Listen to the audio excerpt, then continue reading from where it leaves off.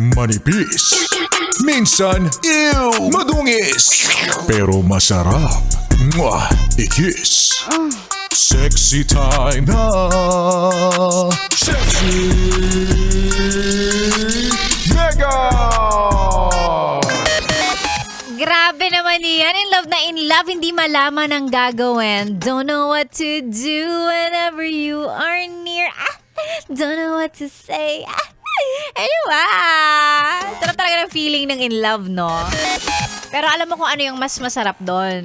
Pagka yung taong mahal mo, mahal ka rin. Kasi more often than not, English, madalas, no? Ang ibig ko sabihin, madalas, ang nangyayari, gusto natin siya, pero siya, gusto niya ba tayo? Namimiss natin siya. Namimiss mo siya. Eh, siya ba namimiss ka? Diba?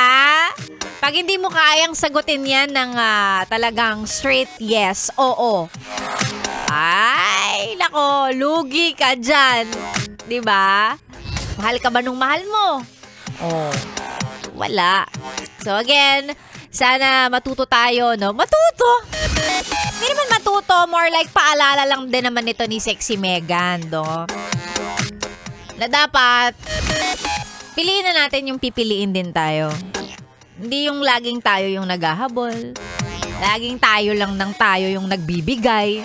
Wala tayo natatanggap. Kaya ka naaabuso. Kaya ka naiiwan, naluloko. Diba? Tanda ka na, alam mo na dapat yan. Ay, may pag-emote talaga ang aga-aga. Oy, it's Chillax 101. Kasama na po si Sexy Megan ngayong araw ng Thursday. Happy solid Thursday morning sa mga yes friend natin na walang ibang nilulook forward ngayong linggo na to kundi ang araw ng katapusan ng mundo. Hindi. Katapusan lang ng araw, katapusan lang ng linggo. Linggo ba? Hindi. Katapusan ng linggo na to at ng buwan na to because it's Swell Day Friday tomorrow. I think yung iba may sweldo na. Pwede ngayon papasok ngayong araw ng Thursday because today is 30 naman. And then I guess kung hindi pumasok today, bukas. Yan. Nag-check ako parang sa amin wala pa.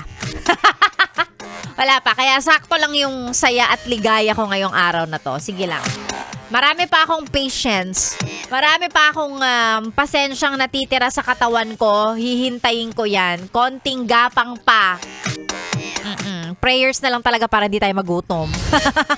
And para sa mga yes friend kong nakasweldo na, syempre hindi rin ako magkukulang ng paalala bago natin gastusin o ilaan sa mga bagay na nung ilang araw na natin pinag-iisipan bilhin, i-check out or whatever. Yung mas importanteng bagay muna, ha? Yan. Bayad sa bills, ganon. Kuryente, renta, internet, lahat. Tapos, bayad sa utang, 'di ba? Utang na loob, ha? Sa mga nagsabing magbabayad sila sa katapusan, eto na po yung katapusan, no? Baka naman. Pinangdidilatan na ng mata, nakakaloka.